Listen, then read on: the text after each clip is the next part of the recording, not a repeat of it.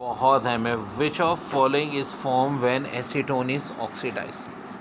Acetone ऐसे होता है। ऑक्सीडाइज हमेशा ये किससे होगा? K2Cr2O7 और कंसनट्रेटेड H2SO4 से, हाइड्रोकार्बन और बेंजीन के अलावा। अब बेटा देखो, इसके नतीजे में एक तो बनता है एसिटिक एसिड और बाय प्रोडक्ट क्या होती हैं? कार्बन डाइऑक्साइड और वाटर। अब एसिडिक एसिड तो इसका कॉमन नेम है, IUPAC नेम इसका क्या है? ऑक्टा डेका अपना IUPAC नेम क्या है? Ethanoic acid. ऐसे इथानोइक एसिड। तो वहाँ जो ऑप्शन दिया था पेपर में, उन्होंने क्या दिया था? Ethanoic acid. तो एसिडिक एसिड भी दे सकते हैं, या ये भी कर सकते हैं कि भाई ऑप्शन ए हो एसिडिक एसिड और हो जाए बी में इथानोइक एसिड और बोथ एन भी। तो बहुत आसान है, ये देखो ऐसे होगा ये रिएक्शन। ठीक है बेटा, देखें पूछ रहे हैं IUPAC name of stearic acid. अब स्टेरिक एसिड देखो बेसिकली ये स्ट्रक्चर होता है C17H35COOH। इसका कोई और नाम भी होता है, जी हाँ, इसको ऑक्टा डेकानोइक एसिड के भी कहते हैं। तो IUPAC नेम इसका क्या हो जाएगा? ऑक्टा। क्यों? देखो 1 और 17 कितने कार्बन होगा? 18। 8 के लिए ऑक्टा आता है, 10 के लिए डेका आता है। एग्जाम में एक और बड़ा इंपॉर्टेंट है, ज़रा ध्यान से देख लो, पालमेटिक। पालमेटिक का मतलब क्या होता है? 16। अगर पालमेटिक पूछा जाएगा ना तो मैं क्या लिखूँगा? ऑक्टा की जगह क्या हो जाएगा? हेक्सा। भाई 6 के लिए क्या आता है? हेक्सा। Hexa decanoic acid. तो फिलहाल इन्होंने पेपर में क्या पूछा था? स्टेरिक एसिड का। तो स्टेरिक एसिड का क्या हो जाएगा? Octa decanoic acid. Octa decanoic acid जो कि कितने का हो जाएगा हमारा? 18 का। ठीक है चीज़। फिर कह रहे which of following condition is required for maximum yield. Yield का मतलब होता है प्रोडक्शन, इंडस्ट्री में दायरा of ammonia through Haber process. तो यार एक तो इक्वेशन पता होनी चाहिए कि हैबर प्रोसेस की ये इक्वेशन होती है ΔH नेगेटिव। एक्सोथर्मिक रिएक्शन है। देखो इंडस्ट्री में हमेशा प्रोडक्ट चाहिए और एक्सोथर्मिक है तो अंडरस्टूड सी बात है टेम्परेचर डिक्रीज़ करना पड़ेगा। अब ऑप्शन में इन्होंने बहुत सारे ऑप्शन दिए हैं, जिनमें एक ऑप्शन टेम्परेचर इंक्रीज़ का है, वो तो हो ही नहीं सकता, टेम्परेचर डिक्रीज़ हो जाएगा। देखो प्रेशर भी डिक्रीज़ नहीं होता, क्योंकि प्रेशर डिक्रीज़ करने पे तो वहाँ जाते हैं जब नंबर ऑफ मोल्स आता हूँ। हमें तो राइट चाहिए, नंबर ऑफ मोल्स कम तो प्रेशर इंक्रीज़। तो वैसे बस ऑप्शन के लिहाज से देखें तो डिक्रीजिंग टेम्परेचर। हाँ, अगर इंक्रीजिंग प्रेशर का भी ऑप्शन होता तो ये भी होता। फिर कह रहे हैं which of following is true for reversible reaction at equilibrium.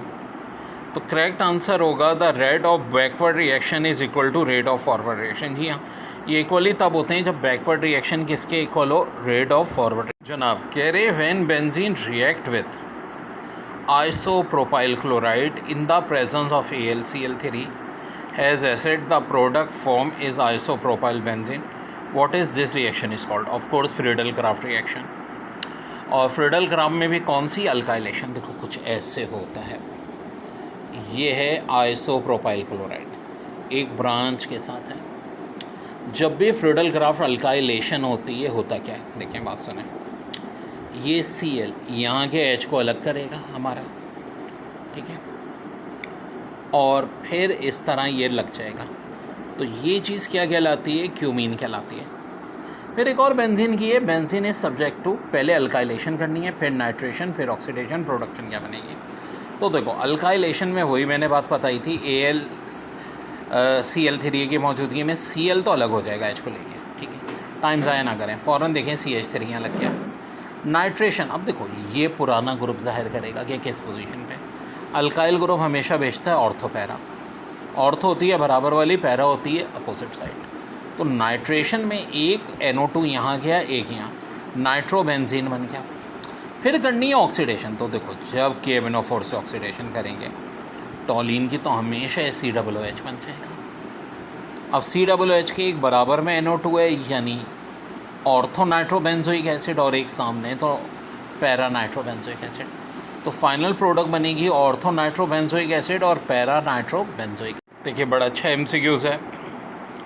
Valence shell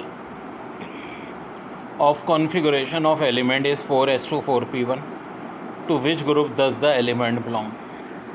तो मेरे भाई बात यह है कि p ऑर्बिटल का 4s2 4p1 का ग्रुप होता है 3a। फिर कह रहे कि कैल्शियम जिसका नंबर 20 दिया हुआ है, क्लोरीन का 17 दिया है, तो कह रहे हैं जो फार्मूला है कैल्शियम क्लोराइड का क्या होगा, तो भाई ये होगा। ये तो बहुत ही लंबा सवाल था। फिर कह रहे हैं CO2 और SO2 की बेस्ट डिस्क्रिप्शन क्या है, तो देखो CO2 होता है लीनियर। कैसे भाई? ऐसे करके,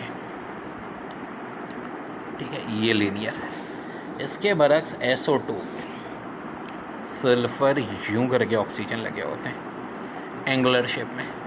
ना सिर्फ एंगुलर होते हैं, partial positive partial negative polar भी होता है। तो SO2 एंगुलर भी हो जाएगा और साथ साथ पोलर भी हो जाएगा। फिर हाइब्रिडाइजेशन पूछ रहे हैं इथीन में, तो इथाइन में, ठीक है। तो जितने भी अल्काइन हैं इनमें हमेशा कौन सी हाइब्रिडाइजेशन होती है? sp होती है, sp हाइब्रिडाइजेशन। फिर कह रहे हैं which of following reaction Kp और Kc इक्वल। Kp और Kc तब इक्वल होते हैं जब रिएक्टेंट और प्रोडक्ट के मोल्स बराबर हों। हम ऑप्शंस में से देख लेंगे कि किस में रिएक्टेंट और प्रोडक्ट के मोल्स बराबर। The nature of attraction which hold molecular force. तो मेरे भाई वंडर वॉल फोर्स होती है, क्योंकि ये एक इंटरमॉलिक्यूलर फोर्स होती है, तो ये होल्ड करती है। अब देखो आयनिक बॉन्ड में कौन सी करती है? ऐसे करके, ये देखो ना, जैसे कि पॉजिटिव होगा उसकी 6 की 6 साइडों पे नेगेटिव होगा और नेगेटिव की 6 की 6 साइडों पे पॉजिटिव होगा। कोवेलेंट ऐसे शेयरिंग हो रही होती है, ठीक है, म्यूचुअल शेयरिंग एक पेयर की। और हाइड्रोजन बॉन्डिंग देखो HF का ही असली बॉन्ड है, ये असली है, ये असली है। ये जो डॉटेड लाइन है ना, फिजिकल बॉन्ड HF को शो कर रही है। ये शो किसको कर रही है? HF को। तो करेक्ट आंसर ऑफ कोर्स यहाँ पे क्या हो जाएगा? Van der Waals force. Nature of attraction which hold molecular force, तो करेक्ट आंसर क्या हो जाएगा? Van der Waals force. फिर देखो कह रहे हैं what is the mathematical statement of first law of thermodynamics. तो होती है del E equal to Q minus W। ये तो बहुत हमने पढ़ा है, ठीक है। इसी तरह कह रहे हैं what is del H equal to according to first law of thermodynamics, ये होगा H equal to del E plus P del V, और यही आंसर है। देखिए कह रहे which pair of element markedly differ from other members of their respective group। और option में lithium beryllium, sodium magnesium, potassium calcium, caesium barium. तो प्यारे बच्चों जहन में रखो लिथियम और बेरिलियम। देखो ये ग्रुप 1A का, ये 2A का, और इनका पीरियड है सेकेंड। सोडियम 1A का, मैग्नीशियम 2A का, पीरियड 3। पोटेशियम ग्रुप 1A का, कैल्शियम का क्या होता है? Group 2A, period 4। Caesium 1A, barium 2A, period 6। तो सब में ये बात तो कॉमन है कि ये 1A का है, ये 2A का है, सेम पीरियड के भी हैं, लेकिन फ़र्क क्या है? डिफ़र क्या है? लिथियम बेरिलियम स्मॉलर साइज़ होने की वजह से इनकी प्रॉपर्टी सबसे डिफरेंट होती है। फिर कह रहे हैं which of following covalent bond. तो देखो बेटा बात सुनो, ऑप्शन में एक तो सोडियम क्लोराइड है जो कि प्लस माइनस यानी आयोनिक बॉन्ड बनाता है। फिर पोटेशियम क्लोराइड, ये भी प्लस माइनस आयोनिक बॉन्ड बनाता है। भाई ग्रुप 2A आ जाए, ग्रुप 1A आ जाए और इनके साथ हेलोजन्स हो तो अंडरस्टूड है आयोनिक बॉन्ड होगा। तो सिर्फ एक ही बच रहा है, और वो क्या बच रहा है? डायमंड। और हम सबको पता है डायमंड क्या बनाता है? कोवेलेंट बॉन्ड बनाता है। या बेस्ट एग्जांपल जब हम कोवेलेंट बॉन्ड की देते हैं तो किसको लिखते हैं? डायमंड को लिखते हैं। भाई MCQs आई थी, super oxide of group 1A element has formula. अब ऑक्साइड होती कैसे हैं? एक तो होती है नॉर्मल ऑक्साइड जिसकी वैलेंसी होती है -2, लेकिन एक होती है सुपर ऑक्साइड जिसमें ऑक्सीजन की वैलेंसी क्या होती है? -1/2। अब कौन कौन बनाते हैं जनाब? पोटेशियम भी बनाता है उनमें से बनेगा। अब पोटेशियम अगर बनाता है तो भाई ग्रुप 1A वाला है, इनकी अपनी वैलेंसी तो +1 होगी, और ज़ाहिर हम सुपर ऑक्साइड की बात कर रहे हैं तो क्या होगी? -1/2। +1 ये और -1/2 ये, तो फार्मूला कैसे लिखा जाएगा ये तो पूछ रहे हैं ना। तो मेरे प्यारे बच्चों कैल्शियम फ्लोराइड जब होता है तो कैल्शियम की +2 होती है, फ्लोरीन की -1 होती है। हम क्या लिखते हैं हमेशा? फार्मूला क्रॉस में बनता है, 9 क्लास की केमिस्ट्री से पढ़ते आ रहे हैं, कैल्शियम पे +2 है, ये कहाँ जाएगा फ्लोराइड के साथ, फ्लोराइड का -1 है, कहाँ जाएगा यहाँ, प्लस माइनस नहीं लिखेंगे बस, C1F2 बन गया। तो वैसे भी हमें ये करना चाहिए, 1 को उठा के इधर लिख देना चाहिए, हाफ को उठा के इधर लिख देना चाहिए। लेकिन मेरा बच्चा फार्मूले को तो इस तरह नहीं लिखा जाता। अगर ये हाफ है तो इसे हम हाफ को ख़त्म करेंगे, क्या करेंगे, दोनों को 2 से मल्टीप्लाई कर देंगे। यहाँ K1 आ जाएगा, यह O2, यानी KO2 फार्मूला होगा। अब यहाँ पे इन्होंने किस सूरत में दिए हैं, सबको MM करके दिए हैं, तो जनरल फार्मूला हो जाएगा MO2। भाई देखो ना, KO2 तो MO2, ये सारे ऑप्शन दिए थे, करेक्ट आंसर क्या हो जाएगा, MO2। वेरी इंपॉर्टेंट बेटा। कह रहे हैं कि if a triangle of base 6 has the same area of a circle of radius 6, what is the altitude of the triangle. ये नहीं, देखो एक सर्कल है जिसकी बेस 6 है और एक ट्राइंगल है जिसकी भी बेस 6 है, इन दोनों का अगर एरिया सेम है तो एल्टीट्यूड यानी हाइट क्या होगी। अब देखो, एरिया ऑफ ट्राइंगल बराबर दिया हुआ है एरिया ऑफ सर्कल के, और रेडियस और बेस दोनों 6 के बराबर दिए।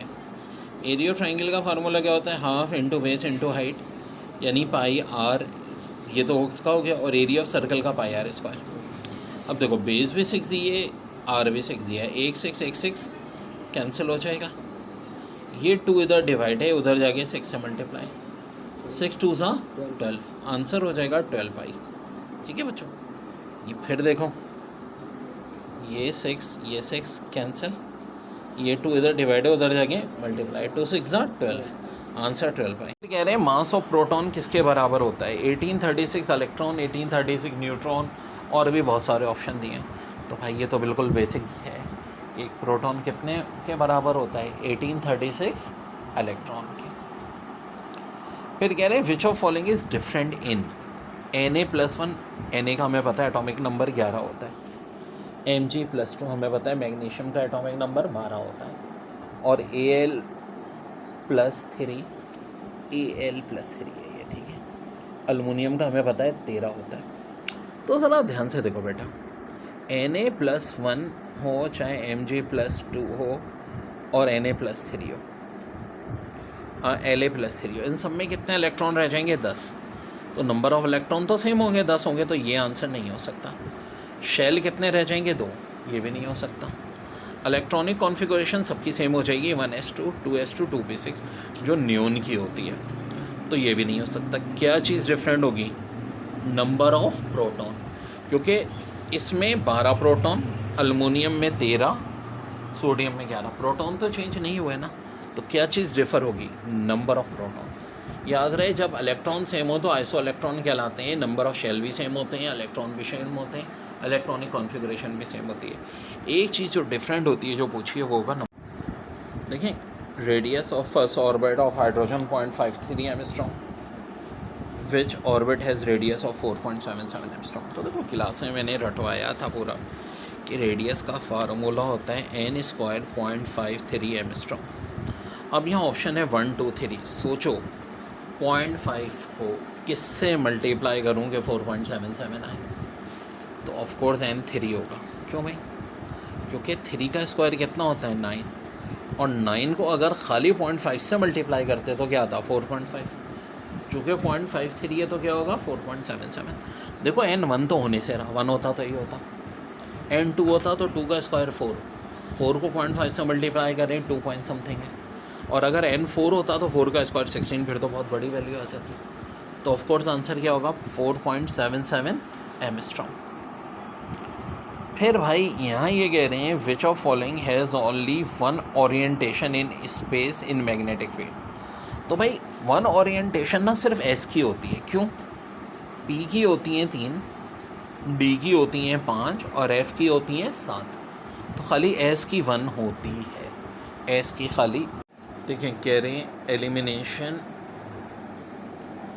The elimination reaction in between alkyl in a strong base take place by mechanism E1 and A2, how many steps are involved in each of the following। तो भाई देखो, ये हमने बहुत डिटेल में पढ़ा था। एलिमिनेशन जो होती है E1 की हमेशा 2 स्टेप होती है, ठीक है, 2 स्टेप होती है। इवन SN1 भी 2 स्टेप होती है जो सब्सटीट्यूशन है, और इसी तरह E2 1 स्टेप होती है, इसी तरह SN2 भी 1 स्टेप है। फिर कह रहे हैं which of following is an example of tertiary alkyl halide. बेटा देखो ध्यान से, इसका करेक्ट आंसर है 2 ब्रोमो 2 मिथाइल ब्यूटेन, क्योंकि देखो ब्रोमो जिस कार्बन के साथ होगा उसके साथ कम से कम 3 कार्बन और होंगे, तभी तो टर्शरी या 3 डिग्री होगा। ये देखो अल्फा कार्बन कहलाता है, और बाकी सारे क्या कहलाते हैं, बीटा कहलाते हैं। ये गैमा वाले की तो बात ही नहीं करेंगे हम, हाँ अलबत्ता स्ट्रक्चर ऐसे बना हुआ होगा। तो जो ऑप्शन दिए हुए थे इसकी एक बड़ी अच्छी ट्रिक बताऊँ बेटा, तभी पॉसिबल है कि हेलोजन और मिथाइल सेम हो, यानी 2 ब्रोमो 2 मिथाइल। 3 ब्रोमो अगर होता ना तो वाला ऑप्शन हो ही नहीं सकता था, या अगर यहाँ मिथाइल 3 पे और ब्रोमो 2 हो, हेलोजन और ये मिथाइल सेम कार्बन पे होंगे, तब भी टर्शरी 3 डिग्री हो सकता है। क्या कह रहे हैं, dry distillation of which of following can be done to produce acetone. तो बेटा बेहतर तो ये होता है कि इसका रिएक्शन बड़ा कॉम्प्लिकेटेड है, तो मैं कहता हूँ बस याद रखो कि एसीटोन की प्रिपरेशन का एक मेथड है dry distillation of calcium acetate. वैसे अगर समझना है तो समझ भी सकते हो, ये फार्मूला होता है कैल्शियम एसीटेट का। यहाँ कैल्शियम O के साथ COOCH3, फिर यहाँ COOCH3, और एसीटोन का फार्मूला कैसे होता है बेटा, ऐसे होता है। तो क्या होगा बेसिकली, यहाँ का CH3, यहाँ का CH3 और ये COCH3 मिल के एसीटोन बना लेंगे।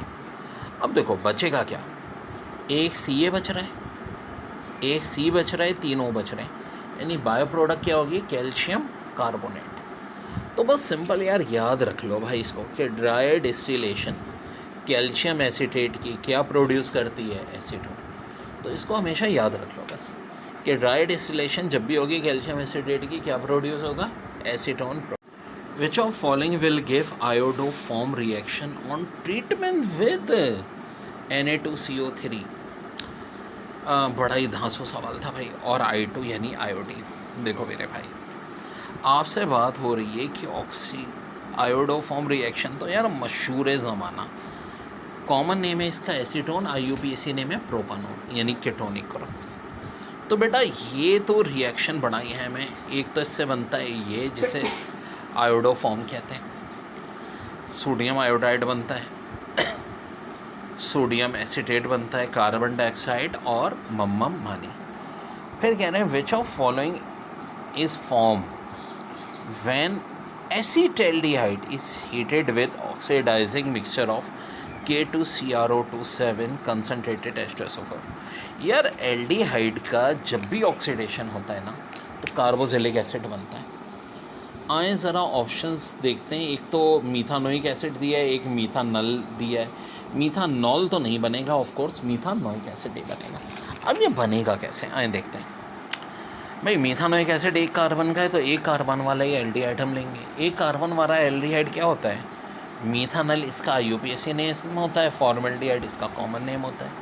जब ऑक्सीडेशन करेंगे ना, देखो ये 4 वैलेंसी पूरी है, तो वो कहाँ आएगा भाई, इस C और H के दरमियान में आ जाएगा, क्योंकि कार्बन की भी 4 वैलेंसी पूरी, ऑक्सीजन की एक यहाँ कार्बन के साथ हो गई, एक इस हाइड्रोजन के साथ हो गई, और ये बन गया मीथानोइक एसिड।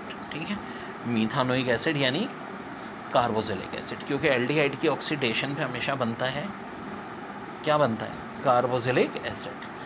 तो करेक्ट आंसर होगा बेटा यहाँ विच of following is form when excess of ethyl alcohol is treated concentrated sulfuric acid at low temperature। L भाई बहुत प्यारी एमसीक्यू है ये भी। आखिरकार पूछ क्या रहे हैं यार, देखो ये ध्यान से देखो, C2H5OH हमारे पास basically which of following is form when excess of ethyl alcohol. Ethyl alcohol में क्या मिला रहे हैं, कंसनट्रेटेड सल्फ्यूरिक एसिड। देखो भाई सल्फ्यूरिक एसिड की एसिडिक प्रॉपर्टी भी होती है, हाइड्रोजन की वजह से, दिमाग बैठा लो, सल्फ़र की वजह से सल्फोनेटिंग, ऑक्सीजन की वजह से ऑक्सीडाइजिंग, लेकिन एक होती है डिहाइड्रेशन। डिहाइड्रेशन बोले तो मम्मम मानी यानी वाटर निकालना। ठीक है, बचपन में कहते हैं ना पानी को मम्मम मानी। ठीक है बेटा, तो अब ये क्या होता है, कैसे निकलेगा, देखो बात सुनो। डाई इथाइल अल्कोहल यानी 2 मॉलिक्यूल हम लेते हैं, ठीक है, 2। अब एक मॉलिक्यूल का हाइड्रोजन निकलता है तो गायब हो जाता है और दूसरे वाले का OH भी निकलता है। अब क्या होगा, ये वाला O लिंक कैच करके इसको ऐसे बना देगा, ऐसे। तो क्या प्रोडक्ट बनेगी, डाईएथाइल ईथर। नहीं, ईथर ही कहलाएगा ना, ऑक्सीजन के RR। तो ये बड़ी अच्छी ट्रिक है, बैठा लो कि जब भी इथाइल अल्कोहल या अल्कोहल में कंसनट्रेटेड H2SO4 होगा किसी में भी, तो हमेशा क्या बन जाएगा, ईथर बन जाएगा। ठीक है, ईथर बन जाएगा। यहाँ चूँकि इथाइल अल्कोहल था 2 कार्बन वाला, तो डाईएथाइल ईथर बन गया। अगर यहाँ क्या होता, प्रोपानॉल, तो डाई प्रोपाइल ईथर बन जाता। क्योंकि देखो 2 इथाइल अल्कोहल थे, एक का H और एक का OH, अलग हो गए, डिहाइड्रेशन हो गई, ये सिचुएशन रह गई, ये ऐसे कनेक्ट हो जाएगा और ये बन जाएगा। विच of following reaction can be use for the conversion of ethyl alcohol into acidic aldehyde. बड़ा ही तगड़ा MCQ है। अब आखिरकार इथाइल अल्कोहल होता क्या है, C2H5OH। ठीक है, ये एक कार्बन के साथ 3 हाइड्रोजन, और जिसके साथ एक OH लगा है तो उसके साथ सिर्फ 2 हाइड्रोजन होंगे। और बनाना क्या चाह रहे हैं भाई, एसिटैल्डिहाइड, यानी कि ऑक्सीजन और कार्बन दरमियान में, एक तरफ CH3 एक तरफ H।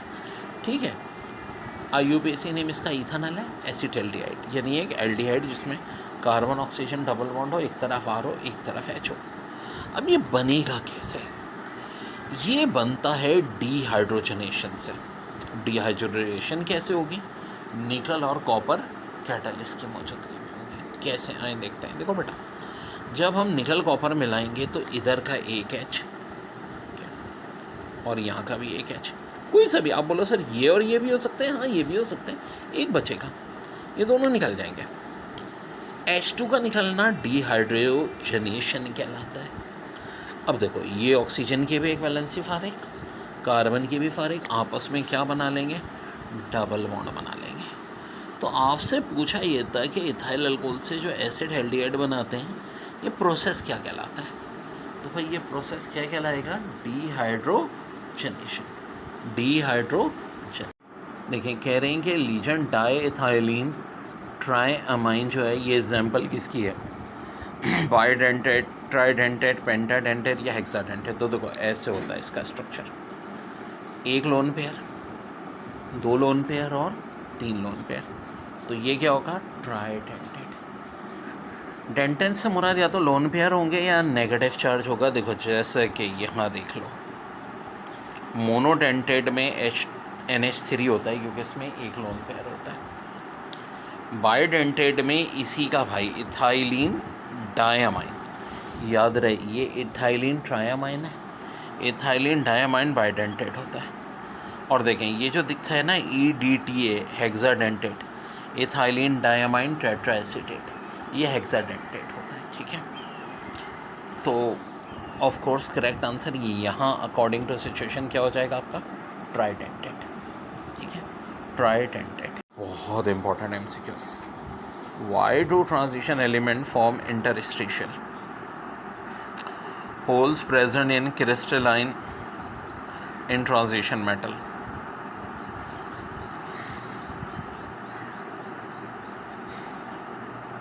ठीक है, तो बिल्कुल जनाब यहाँ होल्स होते हैं और यहाँ इसके दरमियान में क्या होता है, हाइड्रोजन, और ये होते हैं टाइटेनियम हाइड्रोजन 1.73। ठीक है, ये चीज़ कहलाती है ऑक्लडेट हाइड्रोजन। फिर transition of element from higher to lower, ये हाई टू लो में जा रहे होते हैं। ठीक है, हाई टू लो में जा रहे होते हैं, हाई टू लो में जा रहे होते हैं तो कलर बनते हैं। देखिए करेक्ट आंसर इसका ऑप्शन ए था, holes present in crystal lettuce, इसकी वजह से बनते हैं। ठीक है, इंटरस्टिशियल। लेकिन सेकंड ऑप्शन क्या दिया था, transition of element from higher to lower. Higher to lower का से इंटरस्टिशियल का कोई ताल्लुक़ नहीं है, उसकी वजह से कलर होते हैं। मैं क्यों बता रहा हूँ, क्योंकि एग्जाम में एक बार इसी MCQs को उल्टा पूछा था कि कलर का क्या रीज़न है, तो वो ये रीज़न है। इसी तरह एक ऑप्शन दिया था presence of unpaired of electron, जनाब इसकी वजह से मैग्नेटिक प्रॉपर्टी होती है, ऐसे अनपेयर करते करते पेयर आ जाए, लाइक आयरन वगैरह। तो ऑब्वियस सी बात है, अगर कलकला को पूछे मैग्नेटिक प्रॉपर्टी का रीज़न, तो है प्रेजेंस ऑफ अनपेयर्ड। इसी तरह आ जाए कॉम्प्लेक्स होने का रीज़न क्या है, तो आंसर होगा स्मॉल हाईली चेंज आइन और वेकेंट क्रिस्टल इन सूटेबल एनर्जी, ये रीज़न होगा। ऐसे एजेंट्स होते हैं। कह रहे हैं कि maximum show optimum between 37 to 50 degree centigrade, it however work, तो इसका करेक्ट आंसर है it loss activity permanently above 50 degree centigrade. फिर ये बड़ा है मैं ऑक्सीडेशन ऑफ सेकेंडरी अल्कोहल। देखो प्राइमरी अल्कोहल हमेशा एल्डिहाइड देता है, सेकेंडरी अल्कोहल कीटोन देता है। कैसे देता है कि देखो ये होता है सेकेंडरी अल्कोहल, OH जिस कार्बन से अटैच है ना, ये 2 और कार्बन से होगा, तो ऑक्सीडेशन का लब है कि K2Cr2O7 और कंसनट्रेटेड H2SO4 में इसको मिला दो, ये O एक हाइड्रोजन यहाँ से तोड़ता है, एक यहाँ से तोड़ता है, खुद तो बना लेता है मम्मानी। अब देखो ये एक वैलेंस से खाली हुई, तो यहाँ ऑक्सीजन के साथ क्या बन जाएगा, डबल बॉन्ड, CH3 दोनों अपनी जगह रहेंगे, और ये क्या बन जाएगा, कीटोन बन जाएगा बेटा। फिर क्या कह रहे हैं कि विच of following is amino acid, तो देखो जो ऑप्शन दिए हुए उनमें सिर्फ एक स्पार्टिक एसिड था जो अमाइनो एसिड था। फिर order of reactivity of unit जब सेकेंड इनवर्स हो, देखो बेटा ऑर्डर ऑफ रिएक्शन निकालने की ट्रिक ये होती है dx/dt/A फर्स्ट ऑर्डर में, ऊपर मोल पर DM³ सेकेंड, A का मोल पर DM³, ये कैंसिल हो जाता है, आंसर आता है सेकेंड इनवर्स। फिर कह रहे हैं which of following best describe the ionic reaction of N organic compound, तो आयनिक रिएक्शन क्या होते हैं, वेरी फास्ट। फिर मेटेलिक प्रॉपर्टी की बात हो रही है ग्रुप में, P ब्लॉक एलिमेंट में, देखो ये जो ग्रुप 3 है इसमें 4 हैं, फिर इसमें 3 रह जाएंगे, फिर 2 रह जाएंगे। तो जैसे जैसे हम आगे बढ़ रहे हैं इंक्रीज़ नहीं हो रही बल्कि क्या हो रही है, डिक्रीज़ हो रही है। तो करेक्ट आंसर लिमिटिंग रिएक्टेंट की ना वीडियोस मेरे चैनल पे बहुत मिल जाएंगी, अमीन एजुकेशन लिमिटिंग रिएक्टेंट करेंगे तो 7.6 ग्राम कार्बन सल्फाइड के रिएक्ट कर रहे हैं विद 12 ग्राम ऑफ ऑक्सीजन, ये इक्वेशन दी हुई आपसे कह रहे हैं लिमिटिंग रिएक्टेंट। देखो बड़े मुश्किल मेरी मैजिक याद है। लिमिटिंग रिएक्टेंट के लिए देखो ये होता है गिवन वेट, कार्बन सल्फाइड का 7.6 है, इसको कार्बन सल्फाइड के मॉलिक्यूलर वेट से डिवाइड करो, पहला ऑप्शन कितना आ गया, 0.1। अब 0.1 को फर्दर किससे डिवाइड कर दो, यहाँ के नंबर ऑफ मोल से, जब कुछ नहीं है तो क्या होगा 1, 0.1 को 1 से डिवाइड करो 0.1 ही रहेगा। ये तो किसका निकला है बच्चों, कार्बन डाई सल्फाइड का। अब ज़रा ऑक्सीजन का देखो, O2 कितना दिया है, 12 ग्राम, और खाली O2 की बात करें तो मॉलिक्यूलर वेट कितना होता है, 32। भाई ऑक्सीजन का 16 होता है तो O2 का 32 होता है, 12 को 32 से डिवाइड करो, 3/8 या 0.375 आ गया। लेकिन बच्चों अब फ़र्क है, अभी एक स्टेप और करना है लिमिटिंग रिएक्टेंट निकालने के लिए, वो क्या जी, नंबर ऑफ मोल्स भी यहाँ दिए हुए हैं 3, तो 3/8 को या तो 3 से डिवाइड कर दो, ऐसे डेसिमल में पहले ट्रांसफ़र कर लो 0.375, फिर 3 से डिवाइड करो, खैर दोनों सूरत में आंसर आएगा 0.125। अब 0.1 और 0.125 में छोटा कौन है, ऑफ कोर्स 0.1 छोटा है, तो लिमिटिंग रिएक्टेंट क्या होगा यहाँ पे, कार्बन डाइसल्फाइड, यही पूछा था इन्होंने। फिर दोबारा समझ लो, गिवन वेट को मॉलिक्यूलर वेट से डिवाइड, पहला स्टेप, जो आंसर आए उसे नंबर ऑफ मोल से डिवाइड। गिवन वेट कितना है ऑक्सीजन का, 12 दिया है, O2 का मॉलिक्यूलर वेट 32 डिवाइड किया 0.375। अब इसके नंबर ऑफ मोल्स कितने हैं, 3 है, 3 से डिवाइड कर दो 0.125। छोटी वैल्यू कौन सी है, ये वाली, तो लिमिटिंग रिएक्टेंट भी कौन सा होगा, ये वाला, यही answer. An organic compound has carbon is equal to 40%, hydrogen equal to 6.66% and oxygen 53.3%। What is empirical formula of the compound, देखो बेटा कार्बन की परसेंटेज 40 दी है, एटॉमिक मास से डिवाइड कर दो, ये आ जाएगा 3.33। हाइड्रोजन की 6.67 दी है, इसे भी इसके एटॉमिक से डिवाइड कर दो, 6.67 आएगा। ऑक्सीजन की 53 पॉइंट दी है, 3.33। अब देखो एम्पेरिकल फार्मूला निकालने के लिए मोल रेशो है, हमें चाहिए होता है अगला स्टेप सिंपल मोल रेशो, सबसे छोटी वैल्यू ना, उससे तीनों को डिवाइड करेंगे। अब देखो ये दोनों ही छोटी हैं, तो 3.3 को 3.33 से डिवाइड करें 1, कार्बन का 1 आ गया, 6.67 से करें हाइड्रोजन का 2 आ गया, और यहाँ भी कितनी है 3.33। 3.33 को जब हम 3.33 से डिवाइड करेंगे क्या आ जाएगा, 1 आ जाएगा। तो एम्पेरिकल फार्मूला क्या हो गया, C1H2 O1। यही क्या हो गया बच्चों हमारा।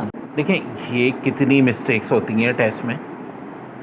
1 atmosphere of gas is at 25 degree centigrade the pressure increase to dash, जबकि एक्चुअली ये 2 एटमॉस्फेयर था जहाँ से इन्होंने छापा है सवाल, वहाँ से मैंने जब वैल्यूज़ देखी।